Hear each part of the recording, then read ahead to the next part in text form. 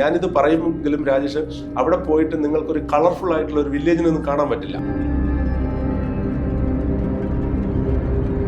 നഗ്നയായി കിടക്കുന്ന ഒരു സ്ത്രീയുടെ രൂപം പോലെ ആ മല തോന്നും. 11 കിലോമീറ്ററാണ് മലയുടെ. അപ്പൊ ഈ കുടം അവിടുന്ന് ഉരുളയാണ്. കുട ഉരുള താഴെ ഇന്നത്തെ ക്ഷേത്രം ഇരിക്കുന്ന സ്ഥലത്ത് വന്നു. ഇദ്ദേഹം ഒരുപാട് ടൈം എടുത്ത് വേച്ച് താഴെ വരുമ്പോൾ ഈ കുടം നിവർന്ന് ഒരു തുള്ളി വെള്ളം കളയാതെ ഒരു ഇതൾ പൂ താഴെ വീഴാതെ അങ്ങനെ തന്നെ ഇരിപ്പുണ്ട്. അല്ല, ഞാൻ യഥാർത്ഥത്തിൽ ഏലിയൻസിനെ അനുഭവിച്ചിട്ടുള്ള ആളല്ല. അല്ലല്ല, പക്ഷെ ഞാൻ വരുത്തുപോക്ക് അനുഭവിച്ചിട്ടുള്ള ആളാണ്. അങ്ങ് പക്ഷേ ഈ കട്ടൻ കോഫി അല്ലേ കുടിച്ചത്? ഈ കട്ടൻ കോഫി ടൈം സ്ലിപ്പാണ്. അങ്ങ് ഏതോ തട്ടുകടയിലോ ഇതേ തട്ടുകടയിൽ, ടൈം സ്ലിപ്പ് കുറച്ചുകൂടെ ഇതേ തട്ടുകടയിലേ നിൽക്കുള്ളൂ. ഇതേ തട്ടുകടയിൽ അങ്ങ് എന്നോ കുടിച്ച ഒരു കോഫിയാണ് ഇപ്പോൾ കുടിച്ചിരിക്കുന്നത്.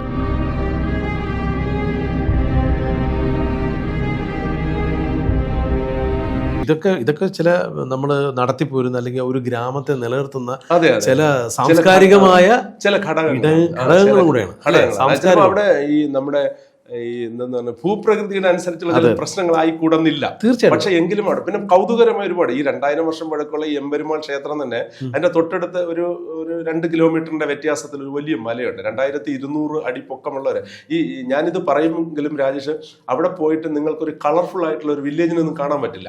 അതൊരു ഡള്ളാണ്. വലിയ ചൂടുകളുള്ള ഒരുപാട് കൃഷിയിടങ്ങളുള്ള കർഷകരെയൊന്നും പെട്ടെന്ന് അങ്ങനെ കാണാൻ പറ്റാത്ത, അവിടെ നിന്ന് കിഴക്കൻ ദിക്കിലേക്ക് നോക്കിയാൽ ഒരു 4-5 കിലോമീറ്റർ അല്ലെ 5-10 കിലോമീറ്റർ വ്യത്യാസത്തിൽ 11 കിലോമീറ്റർ നീളമുള്ള ഒരു മല കാണാം. ഒരു സമ്പൂർണ്ണ എന്ന് പറയാൻ പറ്റില്ല, ഒരു ഭാഗികമായി നഗ്നയായി കിടക്കുന്ന ഒരു സ്ത്രീയുടെ രൂപം പോലെ ആ മല തോന്നും. 11 കിലോമീറ്ററാണ് ആ മലയുടെ നീളം എന്ന് പറയുന്നത്. തല മുതൽ ഏതാണ്ട് അരക്കെട്ട് വരെയുള്ള ഭാഗമാണ് നമുക്ക് പ്രത്യക്ഷത്തിൽ കാണാൻ കഴിയുന്നത്. പിന്നെയുണ്ട്. പക്ഷെ ഇത് അങ്ങപ്പോൾ ഒരു അങ്ങയുടെ ഈ പുതിയ ടെക്നോളജി വെച്ചിട്ട് ഒരു ഫോട്ടോ എടുത്തതിന് ശേഷം ഇത് റെഡ്യൂസ് ചെയ്ത് നോക്കിയാൽ ഒരു ഭാഗിക നഗ്നയായ ഒരു സ്ത്രീ കിടക്കുന്നതായിട്ട് തോന്നുള്ളൂ. അവരുടെ ഇടത് ചെവിയുടെ ഭാഗത്ത് മലർന്നാണ് കിടക്കുന്നത്. അവരുടെ ഒരു സ്തനം വ്യക്തമാണ്, ഒരു തുടഭാഗം വ്യക്തമാണ്, കാൽമുട്ട് വ്യക്തമാണ്.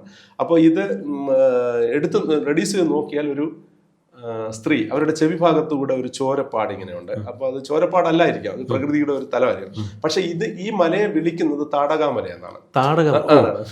പൗരാണികമായിട്ട് ശ്രീരാമൻ താടകയെ വധിച്ചിട്ടിരിക്കുന്നു എന്ന് പറയുന്നതാണ്. അപ്പൊ രാമായണമായിട്ട് ബന്ധമുണ്ട്. രാമായണമായിട്ട് ആ ഭൂപ്രദേശത്തിന് അല്ലെങ്കിൽ ബന്ധമുണ്ട്. ഈ നമ്മുടെ ഈ സീതയെ അപകരിച്ചു കൊണ്ടുപോകുന്ന ബന്ധമുണ്ട്. അപ്പൊ ഇത് നമ്മൾ നോർത്തിലും ഇത്തരത്തിലുള്ള കാര്യങ്ങൾ കേൾക്കാറുണ്ട്. അല്ലെ, നമ്മൾ ഞാൻ നേരത്തെ പറഞ്ഞ ഇപ്പം മുൻചിറ സീതയെ കൊണ്ട് അതെ. അപ്പൊ അത് ഇത്തരത്തിലുള്ള കാര്യങ്ങൾ നമ്മുടെ മിത്താണ്. ഈ മിത്തെല്ലാം നിലനിൽക്കേണ്ടതാണ്. കാരണം ഇതൊക്കെ നമ്മുടെ കൗതുകങ്ങളാണ്. നമ്മുടെ ഇന്നലകളുടെ സൗന്ദര്യങ്ങൾ മാത്രമല്ല, ഇന്നിന്റെ ബോധവും കൂടെയാണ്. നമ്മൾ ഇതിൽ നിന്ന് പലതും വായിച്ചെടുക്കാനായിട്ട് പറയുന്നത്. അപ്പൊ ഈ ഞാൻ പറഞ്ഞത് ഇതിന്റെ പുറകിലായിട്ട് വരുന്ന, ഈ ക്ഷേത്രത്തിന് പുറകിലായിട്ട് വരുന്ന മലയുടെ പേര് കുടമുരുട്ടി മല എന്നാണ്. കുടമുരുട്ടി മല. അത് മുകളിൽ നിന്നൊരു കുടമുരുണ്ട് താഴേക്ക് വന്നു എന്നാണ് എന്റെ വിശ്വാസം. ഈ ഇരിക്കുന്ന ടെമ്പിള് അവിടെ പോയി ഡള്ളാണ്, ആ സ്ഥലം ഡള്ളാണ്. പക്ഷെ ഈ ടെമ്പിള് ഒരു 1000-2000 വർഷത്തിന് മുമ്പ്, ഇതൊരു കുറച്ച് പഴക്കമുള്ള ടെമ്പിളാണ്. ഞാൻ 2000 എന്ന് പൊതുവിൽ പറഞ്ഞു. ഈ ടെമ്പിള് അത്രയും വർഷങ്ങൾക്കും ഇതിന്റെ മുകളിലായിരുന്നു എന്നും 2200 അടി മുകളിലുള്ള അവിടെ ആയിരുന്നു എന്നും അതിനൊരു പൂജാരി ദിവസവും പോയിരുന്നു എന്നും അദ്ദേഹം അവസാനം വാർദ്ധക്യത്തിലൂടെ വന്നു. അദ്ദേഹം പറഞ്ഞു, ഇനി എനിക്ക് വരാൻ പറ്റില്ല. അപ്പൊ രാത്രിയിൽ അദ്ദേഹത്തിന് ഒരു സ്വപ്ന ദർശനം ഉണ്ടായി. നീ നാളെ കൂടെ വരണമെന്ന് പറഞ്ഞു. പിന്നീട് എന്ത് ചെയ്യണമെന്ന് ഞാൻ പറഞ്ഞു തരാം എന്ന് സ്വപ്ന ദർശനം വരുന്നു. അദ്ദേഹം പിറ്റേ ദിവസം വേച്ച് മുകളില് ഒരു കുടം നിറയെ വെള്ളവും പൂക്കളുമായിട്ട് പോയാണ്. കുടത്തിനകത്ത് പൂക്കളിട്ടാണ് കൊണ്ടുപോകണം, 2 കയ്യിൽ കൊണ്ടുപോകാൻ പറ്റില്ല. അപ്പൊ അവിടെ വെച്ചിട്ട് അദ്ദേഹം തളർന്നിരിക്കുകയാണ്. കാരണം ക്ഷേത്രത്തിന്റെ മുറ്റത്തെത്തി, മുകളിലാണ് ക്ഷേത്രം. ഇപ്പോഴും ആ ക്ഷേത്രത്തിന്റെ പാടുകൾ 2200 അടി മുകളിലുണ്ട്. എന്റെ വശി എന്ന പുസ്തകത്തിൽ അതെല്ലാം പ്രതിപാദിക്കുന്നത്. വശി കുട്ടികൾ അവിടേക്ക് കൊണ്ടുപോകുന്നത് ഒരു ടൈം സ്ലിപ്പിലാണ് കൊണ്ടുപോകുന്നത്. ഡയറക്റ്റ് ആയിട്ട് കുറച്ച് ബുദ്ധിമുട്ടുണ്ട്. അപ്പൊ അവിടെ ചെന്ന് ഇദ്ദേഹം തളർന്നിരിക്കുന്ന സമയത്ത് ഈ കുടവും വെള്ളവും ഒരു മൺകുടമായിരിക്കാനാണ് സാധ്യത. ഒരു കൗതുകം പറയട്ടെ. അപ്പൊ ഈ കുടം അവിടുന്ന് ഉരുളയാണ്. കുട ഉരുള താഴെ ഇന്നത്തെ ക്ഷേത്രം ഇരിക്കുന്ന സ്ഥലത്ത് വന്നു. ഇദ്ദേഹം ഒരുപാട് ടൈം എടുത്ത് വേച്ച് താഴെ വരുമ്പോൾ ഈ കുടം നിവർന്ന് ഒരു തുള്ളി വെള്ളം കളയാതെ ഒരു ഇതൾ പൂ താഴെ വീഴാതെ അങ്ങനെ തന്നെ ഇരിപ്പുണ്ട്. അപ്പൊ ഇദ്ദേഹത്തിന് മനസ്സിലായി ഇനി മുകളിലോട്ട് പോണ്ട, ഭഗവാൻ ഇവിടെയാണുള്ളത്. അങ്ങനെയാണ് ഇവിടെ ഇന്ന് കാണുന്ന വിഷ്ണു ക്ഷേത്രം സ്ഥാപിച്ചിട്ടുള്ളത്. അതാണ് ആ മലയ്ക്ക് അതിനുശേഷം എംപെരുമാൾ വിഷ്ണു എന്നാണ്. അപ്പൊ അങ്ങനെയാണ് ആ മലയ്ക്ക് കുടമുരുട്ടി മല എന്ന് പേര് വന്നത്. അപ്പൊ ഇത് ഈ എന്റെ വശ്യ എന്ന് പറയുന്ന ഈ നോവലിനെ സംബന്ധിച്ച് വശ്യ 5 പുസ്തകങ്ങളാണ്. പക്ഷെ 5 പുസ്തകങ്ങളും തമ്മിൽ കണക്ഷൻ ഇല്ല. ഈ ഒന്നാമത്തെ പുസ്തകമാണ് വശ്യ ഒരു സംഭവ കഥ, രണ്ടാമത്തത് വശ്യ ഒരു വഞ്ചനയുടെ കഥ, മൂന്നാമത്തത് വശ്യ ഒരു പ്രതികാരത്തിന്റെ കഥ, മൂന്നാമത്തത് വശ്യ ഒരു പാതിരാവിന്റെ കഥ, അഞ്ചാമത്തത് വശ്യ ഒരു വിസ്മയ കഥ. ഇങ്ങനെ 5 പുസ്തകങ്ങൾ. ആദ്യത്താണ് വശ്യ ഒരു സംഭവ കഥ. പക്ഷെ ഇതും ഇപ്പൊ അങ്ങിപ്പോ 4ാമത്തെ പുസ്തകം വായിച്ചു. പക്ഷെ ഒരിക്കലും അങ്ങ് 3 പുസ്തകങ്ങളും 5ാമത്തത് വായിക്കണമെന്നില്ല. ആ പുസ്തകത്തിൽ അങ്ങേക്ക് ആ പുസ്തകത്തിന്റെ കഥ മനസ്സിലാവും. ഈ 1, 2 എന്ന് പറയുന്ന സംഭവം വശ്യ സീരീസ് ആണ്. പക്ഷെ 1, 2, 3, 4, 5 എന്നില്ല. അങ്ങേക്ക് ഏത് പുസ്തകവും വായിച്ചിട്ട് നമുക്ക് മനസ്സിലായി. പക്ഷെ എല്ലാ സ്ഥലത്തും വശ്യ എന്ന് പറയുന്ന ഒരു ക്യാരക്ടർ ഉണ്ട്. എല്ലാ സ്ഥലത്തും വശ്യുണ്ട്. പക്ഷെ വശ്യക്ക് 4 സ്ഥലത്ത് ഒരുപോലെ നിൽക്കുകയും 5ാം സ്ഥലത്ത് വ്യതിയാനം വരികയും ചെയ്യുന്ന തരത്തിലേക്കുണ്ട്. കാരണം 5ാമത്തെ വശ്യ ഒരു വിസ്മയ കഥയിലേക്ക് വരുമ്പോൾ ഇത് ഒരു പ്യുവർ ഡ്രാമാറ്റിക് ആയിട്ട് മാറുന്നുണ്ട്. തീർച്ചയായിട്ടും ഇപ്പോൾ ഈ 4 പുസ്തകങ്ങള് സ്വാഭാവികമായിട്ട് ഈ 1ാമത്തെ പുസ്തകം ഒരു പൊയറ്റിക് ആണ് നിൽക്കുന്നത്. പക്ഷെ 5ാമത്തെ എത്തുമ്പോൾ പ്യുവർ ഡ്രാമയാണ്. പക്ഷെ ഇതിൽ അങ്ങ് മനസ്സിലാക്കേണ്ടത്, പ്രേക്ഷകർ ഉൾക്കൊണ്ടാലും ഒരു സത്യം എന്ന് പറയുന്നത്, ഇതിലെ ഈ 5 പുസ്തകങ്ങളുടെയും, ഈ പുസ്തകത്തിൽ ഞാൻ കവറിൽ പറയുന്നത് 5 പുസ്തകങ്ങളുടെയും ക്യാരക്ടേഴ്സ് ഒരുമിച്ച് വരുന്നില്ല. പക്ഷെ ഈ 5 പുസ്തകങ്ങളുടെയും ക്യാരക്ടേഴ്സും സംഭവങ്ങളും എന്ന് പറയുന്നത് പല ഘട്ടങ്ങളിലായി നടന്നതാണ്, പല സ്ഥലങ്ങളിലായി നടന്നത്. അതിനെ ഞാൻ ഒരുമിപ്പിക്കാനായിട്ട് ഒരു ശ്രമം നടത്തിയിട്ടുള്ളതാണ്. തീർച്ചയായിട്ടും. ഇതിലിപ്പം ടൈം ട്രാവലിനെ കുറിച്ച് പറയുന്നുണ്ട്, പിന്നെ അതുപോലെ ഏലിയൻസിനെ കുറിച്ച്. ഇതിപ്പോ അങ്ങ് ഇത് എക്സ്പീരിയൻസ് ചെയ്താണോ? അല്ല, ഏലിയൻസ് ഒന്നും ഞാൻ എക്സ്പീരിയൻസ് ചെയ്തിട്ടില്ല. പക്ഷെ ഏലിയൻസ് എക്സ്പീരിയൻസ് ചെയ്തവരെനിക്ക് ബന്ധമുണ്ട്. Aliens experience. പക്ഷെ അങ്ങ് ഏലിയൻസിന് എന്താണ് അർത്ഥതലം കണ്ടതെന്ന് എനിക്കറിയില്ല. ഞാൻ കാണുന്ന അർത്ഥതലമാണോ അങ്ങേക്കും? ഇതിപ്പോ ഞാൻ ഉദ്ദേശിച്ചത് ഇപ്പം UFO ഒക്കെ പല സ്ഥലത്തും കാണുന്നതായിട്ട്, അതായത് നമ്മള് ഇന്ത്യയിലല്ല, യൂറോപ്യൻ കൺട്രീസിൽ മിക്കവാറും കാണാറുണ്ട്. അവരതിന് സ്റ്റഡി ചെയ്യാറുണ്ട്. കണ്ട ഉടൻ തന്നെ അടുത്ത ശാസ്ത്ര കേന്ദ്രങ്ങളിലേക്കും അവർ വിളിച്ച് പറയുന്നുണ്ട്, ഇൻഫോം ചെയ്യുന്നുണ്ട്. പക്ഷെ ഇവിടെ മാത്രമാണ് അങ്ങനെയില്ല. അതുപോലെ ഒരു അന്ധവിശ്വാസം അല്ലെങ്കിൽ അങ്ങനെ ഒരു സാധനം ഇല്ല എന്ന് വിശ്വസിക്കുന്ന ആൾക്കാരാണ് ഇവിടെ ഉള്ളത്. പക്ഷെ അമേരിക്കൻ കൺട്രീസ് അങ്ങനെയൊന്നും, അത് ജോർജ് മാത്യു സാർ തന്നെയാണ് പറഞ്ഞിരിക്കുക, അങ്ങനെ ഒരു സാധനം എന്നോട് പറഞ്ഞു. ജോർജ് മാത്യു സാറാണ് ഇതിന് അവതാരിക എഴുതിയിരിക്കുന്നത്. എന്റെ ഇത്രയും പുസ്തകങ്ങളിൽ ആദ്യമായിട്ടുള്ള ഒരു അവതാരിക. അപ്പൊ ഞാൻ ആ തലത്തിൽ നിന്ന് നോക്കുകയാണ്. അപ്പം നമ്മള് വിചാരിക്കുന്നതിനെക്കാട്ടിയും കൂടുതൽ അവർ ടെക്നോളജിക്കലി ഉയർന്നവരാണെന്നാണ് ഞാൻ പല സ്ഥലത്തും വായിച്ചു കേട്ടു. പലരും പറഞ്ഞു, ഞാൻ കണ്ടിട്ടില്ല, അറിഞ്ഞു കേട്ടു. അപ്പൊ ഞാനും പഠിക്കാൻ ശ്രമിക്കുകയാണ്. അങ്ങ് കണ്ട ഏലിയൻസ് അല്ലെങ്കിൽ അങ്ങ് മനസ്സിലാക്കിയ ആ രൂപങ്ങൾ എങ്ങനെയാണ്? അല്ല, ഞാൻ യഥാർത്ഥത്തിൽ ഏലിയൻസിനെ അനുഭവിച്ചിട്ടുള്ള ആളല്ല. അല്ലല്ല. പക്ഷെ ഞാൻ വരുത്തുപോക്ക് അനുഭവിച്ചിട്ടുള്ള ആളാണ്. വരുത്തുപോക്ക് ഞാൻ പലപ്പോഴും തന്നെ അനുഭവിച്ചിട്ടുണ്ട്. പക്ഷെ ഒരിക്കലും തന്നെ ഞാൻ ഏലിയൻസ് അനുഭവിച്ചിട്ടില്ല. പക്ഷെ ഏലിയൻസ് അനുഭവിച്ചവരിൽ നിന്ന് എന്നോട് തന്നെ ഡയറക്റ്റ് ആയിട്ട് പറഞ്ഞിട്ടുള്ളതാണ് ഞാൻ ഇതിൽ ഉപയോഗിച്ചിരിക്കുന്ന ഏലിയൻസ്. അതാണ് ഞാൻ പറഞ്ഞത്, ഈ പല സംഭവങ്ങളും പലയിടത്തും നടന്നതാണ്. അതാണ്. അപ്പൊ ഈ ഏലിയൻസ്, ഇപ്പൊ ഇതിലൊരു ഏലിയൻസ് എന്ന് പറയുമ്പോൾ ഇത് അന്യഗ്രഹ ജീവികൾ വരുന്നില്ല ഈ പുസ്തകത്തിൽ, ഒരു അന്യഗ്രഹ പേടകമാണ് വരുന്നത്, ഒരു പ്രസൻസ് ആണ്. പക്ഷെ ഈ പേടകം എന്റെ ഒരു ക്യാരക്ടേഴ്സ് നേരിട്ട് കാണുന്നില്ല. പക്ഷെ അവർ അനുഭവിക്കുന്നുണ്ട്. ആ പേടകത്തിന്റെ നിഴല്, ആ പേടകത്തിൽ നിന്ന് വരുന്ന വലിയ കാറ്റ്, ആ പേടകത്തിൽ നിന്ന് വരുന്ന വലിയ ശബ്ദം, ഇത് അടുത്ത് വരികയും പിന്നെ അകന്നു പോവുകയും ചെയ്യുന്നുണ്ട്. ഇതിൽ പക്ഷെ അന്യഗ്രഹ ജീവികൾ എന്ന് പറയുന്നത് വശ്യ ഇത് എക്സ്പ്ലെയിൻ ചെയ്യുന്നുണ്ടോ? ഒരു പക്ഷേ നാളുകളിൽ ഇത് തീർച്ചയായിട്ടും നമുക്ക് ശേഷമാണെങ്കിൽ പോലും ഇത് ഇങ്ങനെ വരുന്ന ഒരു സംഭവം ഉണ്ട് എന്ന് പറഞ്ഞു. അപ്പം നമ്മുടെ കേവല ജ്ഞാനത്തിനകത്ത് നിന്നുകൊണ്ട്, ഞാനൊരു മിടുക്കനാണെന്ന് പറയുമ്പോൾ അതെന്റെ കേവല ജ്ഞാനം മാത്രമാണ്. പക്ഷേ എന്റെ ബോധതലം വികസിക്കുകയാണെങ്കിൽ എന്നെക്കാൾ മിടുക്കന്മാരെ ഉണ്ട് എന്ന് തന്നെ നമുക്ക്, അതുകൊണ്ടാണ് നമ്മുടെ സംസ്കൃതി വളരെ നേരത്തെ തന്നെ അത്തരത്തിലുള്ള കാര്യങ്ങൾ പറഞ്ഞിട്ടുള്ളത്. ഞാൻ പറഞ്ഞത് വിഷയം മാറിയെങ്കിലും ഞാൻ പറഞ്ഞ ആ UFOയുടെ കണക്ഷനാണ് പറഞ്ഞത്. അങ്ങ് ഇത് അനുഭവിച്ചിട്ടില്ല, പക്ഷെ പല അനുഭവങ്ങളാണ്. അതോടൊപ്പം ഈ ടൈം ട്രാവൽ ഇതെങ്ങനെയാണ്? അല്ല, ഈ ടൈം ട്രാവൽ നമ്മുടെ ലൈഫിലും സംഭവിച്ചിട്ടുണ്ട്. ഉണ്ടോ? ഉണ്ട്. ഈ ടൈം ട്രാവല് ഈ പറയും ഇപ്പം ലോകപ്രശസ്തരായ 5 or 10 പാരാസൈക്കോളജിസ്റ്റുകൾ എടുത്താൽ ഏറ്റവും പ്രധാനപ്പെട്ട ഒരു നമുക്ക് സൗഭാഗ്യം, എനിക്ക് അടുത്ത് ബന്ധം പുലർത്തുന്ന ഒരു ഇന്ത്യൻ പിന്നെ സയന്റിസ്റ്റാണ് നമ്മുടെ doctor V George Mathew sir. അപ്പോൾ അദ്ദേഹം ഈ ടൈം ട്രാവലിനെ കുറിച്ച് ഞാൻ അദ്ദേഹത്തിൽ നിന്ന് ഒരുപാട് ബോധ്യം വെച്ചിട്ടുണ്ട്.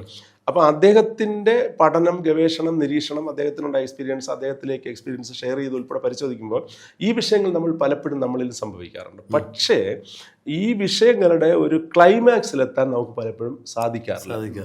അതെന്തുണ്ടായിരിക്കും അങ്ങനെ ഒരു അത് നമ്മൾ ക്ലൈമാക്സ് ശ്രദ്ധിക്കുന്നില്ലല്ലോ. ഇപ്പം നമ്മുടെ സിസ്റ്റം തന്നെ പറയുന്നത് യാദൃഗച്ഛേച്ഛ ഭവതും താദൃഗ് ഭവതി പുരുഷക, your life becomes what you think. ഞാനിതുവരെ സ്റ്റുഡിയോ തുടങ്ങിയിട്ടില്ല. എനിക്ക് സ്റ്റുഡിയോ തുടങ്ങാനുള്ള സംവിധാനങ്ങളും ഉണ്ട്, സ്റ്റുഡിയോ തുടങ്ങാനുള്ള സിറ്റുവേഷൻസും ഉണ്ട്. പക്ഷെ ഞാൻ തുടങ്ങിയില്ലല്ലോ. അങ്ങ് തുടങ്ങിയല്ലോ. അതെന്തെന്ന് പറഞ്ഞാൽ അങ്ങേക്ക് അദമ്യമായ ആഗ്രഹം ഉണ്ടായിരുന്നു, എനിക്ക് ആഗ്രഹമില്ല. അതാണ് സംഭവം. അപ്പൊ ഇതിന്റെ ക്ലൈമാക്സിൽ എത്തണമെങ്കിൽ ഇത് കണ്ടുപിടിക്കാനായിട്ട് നമ്മൾ ഇതിൻ്റെ പുറകിൽ യാത്ര ചെയ്യണം. ഇപ്പം ജോർജ് മാത്യു സാറിനെ സംബന്ധിച്ച് അദ്ദേഹത്തിന് ഇത് എക്സ്പീരിയൻസ് ചെയ്യാൻ കഴിയുന്നത്, അദ്ദേഹം ഒന്ന് ഈ ബാധ്യതകൾ, വിവാഹ ജീവിതം ബാധ്യത എന്നല്ല പറഞ്ഞത്, അദ്ദേഹം അവിവാഹിതനാണ്. ഇതിനു വേണ്ടി അദ്ദേഹം ഇത് ചെയ്തിട്ടുണ്ട്. പിന്നെ വളരെ നിരീക്ഷണ പാഠമുള്ള ഒരു വ്യക്തിത്വമാണ്. ഈ പലരും അദ്ദേഹത്തിന് ഈ നമ്മൾ സോഷ്യൽ മീഡിയ പല സ്ഥലത്ത് നമ്മൾ പരിശോധിക്കും, അദ്ദേഹത്തിന് ഈ പലപ്പോഴും അവതരിപ്പിക്കുന്ന ഒരു രക്ഷപ്പെടുത്തക്കാരനായിട്ടാണ്. അദ്ദേഹം അങ്ങനെയല്ല. അദ്ദേഹം വളരെ ഒരുപക്ഷെ അദ്ദേഹം പ്രതികരിക്കില്ല, പക്ഷെ അദ്ദേഹം വളരെ നിരീക്ഷണങ്ങൾ നടത്തുന്ന ഒരാളാണ്. അപ്പൊ നമ്മുടെ ലൈഫിലും നമ്മൾ ഇത്തരത്തിലുള്ള നിരീക്ഷണങ്ങൾ നടത്തിയാലേ ഈ ടൈം സ്ലിപ്പും ടൈം ട്രാവലും മനസ്സിലാക്കാൻ ചിലപ്പോൾ നമുക്ക് സ്വാഭാവികം സംഭവിക്കും. അല്ല, സംഭവിക്കുന്നുണ്ട്. ഇപ്പം അങ്ങ് തിരുവനന്തപുരം, ഇപ്പം നമ്മൾ തിരുവനന്തപുരം സ്റ്റുഡിയോ ആണ്. അങ്ങ് തിരുവനന്തപുരത്ത് തമ്പാനൂർ എന്ന് പറയുന്ന ബസ് ടെർമിനൽ, അവിടെ ചെന്നിട്ട് അങ്ങ് ഒരു ബസ്സിന്റെ ബോർഡ് നോക്കുന്നു. അപ്പൊ കോട്ടയം ബസ് പിടിക്കുന്ന സ്ഥലത്താണ് അങ്ങ് നിൽക്കുന്നത്. കോട്ടയത്ത് പ്ലാറ്റ്ഫോം ഉണ്ട് അവിടെ. അപ്പൊ കോട്ടയം ബോർഡുണ്ട്, അവിടെ പ്ലാറ്റ്ഫോമിൽ ബോർഡുണ്ട് കോട്ടയം, കൊട്ടാരക്കര വഴി കോട്ടയം. അപ്പൊ അങ്ങ് കോട്ടയം നോക്കുന്നു. വേണ്ടി വന്നാൽ അങ്ങൊരു കോട്ടയത്തിന് റിസർവേഷൻ ഉണ്ടെങ്കിൽ പോയിട്ട് ഒരു റിസർവേഷൻ ടിക്കറ്റ് എടുക്കുന്നു.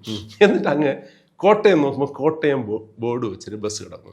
ആ ബസ്സിൽ കയറുന്നു. അപ്പോൾ കണ്ടക്ടർ ഡ്രൈവറൊന്നുമില്ല, ഒറ്റപ്പെട്ട കുറച്ച് ആൾക്കാർ ഇരിപ്പുണ്ട്. ആ ഡോർ ഓപ്പൺ ആണ്. അങ്ങ് ഇതിനകത്ത് കയറുന്നു, ബസ് എടുക്കുന്നു. അപ്പോൾ ബസ് കൊടുത്ത് കുറച്ച് കഴിഞ്ഞിട്ട് 2-3 റോഡ് കഴിഞ്ഞിട്ട് വരുമ്പോൾ കണ്ടക്ടർ നിങ്ങളുടെ അടുത്തേക്ക് വരുന്നു. അപ്പോൾ നിങ്ങൾ പറയുന്നു കോട്ടയം റിസർവേഷൻ എടുത്തിട്ടായിരിക്കും. പറയുന്നു എനിക്ക് ഒരു കോട്ടയം എന്ന് പറയുന്നു. അപ്പോൾ കണ്ടക്ടർ ക്ഷുഭിതനാണെങ്കിൽ ചീത്ത പറയും. ക്ഷുഭിതനല്ലെങ്കിൽ പറയും, അയ്യോ സാർ ബസ് മാറിപ്പോയി കേട്ടോ, ഇത് എറണാകുളം ബസ്സാണ്. അത് കോട്ടയം വഴി പോകുന്ന എറണാകുളമല്ല, ഇത് കൊല്ലം വഴി പോകുന്ന എറണാകുളമാണ്. അപ്പോൾ അങ്ങേക്ക് ബെല്ലടിക്കുന്നു, അങ്ങേ റിലീഫിന് അങ്ങ് പുറത്തിറങ്ങും. അപ്പോൾ അങ്ങ് വിചാരിക്കുന്നു, എനിക്ക് എന്തോ ബസ് മാറിപ്പോയി കേട്ടോ, ഞാൻ ഒരു മണ്ടൻ തന്നെ എന്ന് പറഞ്ഞ ഒരു ഓട്ടോറിക്ഷ പിടിച്ച് വീണ്ടും തിരിച്ചു വരും, ടെർമിനലിൽ വരുന്നു, യഥാർത്ഥ എറണാകുളത്തിൽ കയറുന്നു. യഥാർത്ഥ കോട്ടയത്ത് കയറുന്നു. എറണാകുളമാണല്ലോ കയറും, യഥാർത്ഥ കോട്ടയം ബസ്സിൽ കയറുന്നു. അങ്ങ് ഇതെല്ലാം മറക്കുന്നു. എന്തുകൊണ്ട് അങ്ങേക്ക് ഇത് സംഭവിച്ചു എന്ന് അങ്ങ് ഒരിക്കലും തന്നെ അന്വേഷിക്കുന്നില്ല. കാരണം നമ്മുടെ ജീവിത പ്രാരാബ്ധത്തിനിടയിൽ ഇത് അന്വേഷിച്ചു നിൽക്കാൻ നമുക്ക് സമയമില്ല. നമ്മളൊരു മണ്ടനായതുകൊണ്ട് നമ്മൾ ബസ് മാറി കയറി എന്നൊരു തോട്ടാണ് എന്റെ ഓർമ്മ പിശക്. ഞാൻ പെട്ടെന്ന് ചാടി കയറി എന്നാണ്. പക്ഷെ ഞാൻ റിസർവേഷൻ എടുത്തിരുന്നു, ഞാൻ ബോർഡ് വായിച്ചിരുന്നു, അതൊക്കെ എന്നിൽ പറ്റിയ ഒരു വിഭ്രമമാണെന്ന് പറയുന്നത്. അപ്പൊ യഥാർത്ഥത്തില് ഇതൊരു ടൈം സ്ലിപ്പാണ്. അങ്ങ് നേരത്തെ സഞ്ചരിച്ച ഒരു ബസ് ഉണ്ടല്ലോ, ആ ബസ് അങ്ങേ കൊണ്ടുപോവുകയാണ്. അങ്ങ് ടൈം സ്ലിപ്പാണ്. അങ്ങ് നേരത്തെ സഞ്ചരിച്ച ഒരു വാഹനം, ആ വാഹനത്തിൽ അങ്ങ് കയറിയിരിക്കുകയാണ്. യഥാർത്ഥത്തിൽ അങ്ങ് ഈ വാഹനത്തിലല്ല കയറിയത്. ഈ വാഹനത്തിൽ കയറി എന്ന് പറയുന്ന അങ്ങയുടെ കേവല ബോധം മാത്രമാണ്. യഥാർത്ഥത്തിൽ അങ്ങ് കയറിയിരിക്കുകയാണ്. മനസ്സിലാവുന്നില്ല? അത്രയും ദൂരം സഞ്ചരിച്ചത് ആ ബസ്സിലാണ്. ആ ബസ്സിലാണ്. പക്ഷെ അവിടെ ഏതോ ഒരു പോയിന്റിലെത്തിയപ്പോൾ ബസ് തിരിയുന്ന 2 MC റോഡും തിരിയുന്ന പോയിന്റിലെത്തിയപ്പോൾ കണ്ടക്ടർ ഒരു നല്ല ഒരു പേഴ്സണാലിറ്റി ആയതുകൊണ്ട് അദ്ദേഹം വന്നിട്ട് സാർ സോറി എന്ന് പറഞ്ഞിട്ട് അങ്ങേ ബെല്ലടിച്ചിട്ട് പുറത്തിറങ്ങി. എന്നിട്ട് ഡ്രൈവറോട് പറയുന്നു, പാവം അദ്ദേഹത്തിന് വണ്ടി മാറിപ്പോയി എന്ന് പറഞ്ഞു. അപ്പം അത് ശരി തന്നെ ഏട്ടാ, മാറിപ്പോയതായിരിക്കും, ചിന്തിക്കുകയാണ്. അവരങ്ങനെ ചിന്തിക്കുകയാണ്. എന്തെങ്കിലുമൊക്കെ ആലോചിച്ചിരിക്കുമ്പോൾ മാറിപ്പോകുമല്ലോ, നമ്മൾ നല്ലത് പറയുമല്ലോ. അങ്ങനെയല്ല സംഭവിക്കുന്നത്. അപ്പൊ ഇത് ജീവിതത്തില് പല സമയത്തും നമുക്ക് സംഭവിക്കാറുണ്ട്. ഇത് ചെറിയ കാര്യങ്ങളായിട്ട് സംഭവിക്കാറുണ്ട്, വലിയ കാര്യങ്ങളായിട്ട് സംഭവിക്കാറുണ്ട്. ഇപ്പൊ ഉദാഹരണത്തിന് അങ്ങൊരു തട്ടുകടയിൽ പോകുന്നു. അങ്ങേക്ക് ഇഷ്ടം പാലൊഴിക്കുന്ന കോഫിയാണ് ഇഷ്ടം. അപ്പോൾ അങ്ങ് പറയുന്നു, അപ്പോൾ തട്ടുകടക്കാരൻ അങ്ങേ വിഷ് ചെയ്തു, എനിക്കൊരു പാൽ കോഫി വേണം. അപ്പോൾ അദ്ദേഹം ശരിക്ക് അതിനിടയിൽ ഞാൻ അങ്ങയുടെ കൂടെ ഉണ്ട്, നമ്മൾ സംസാരിക്കുന്നു.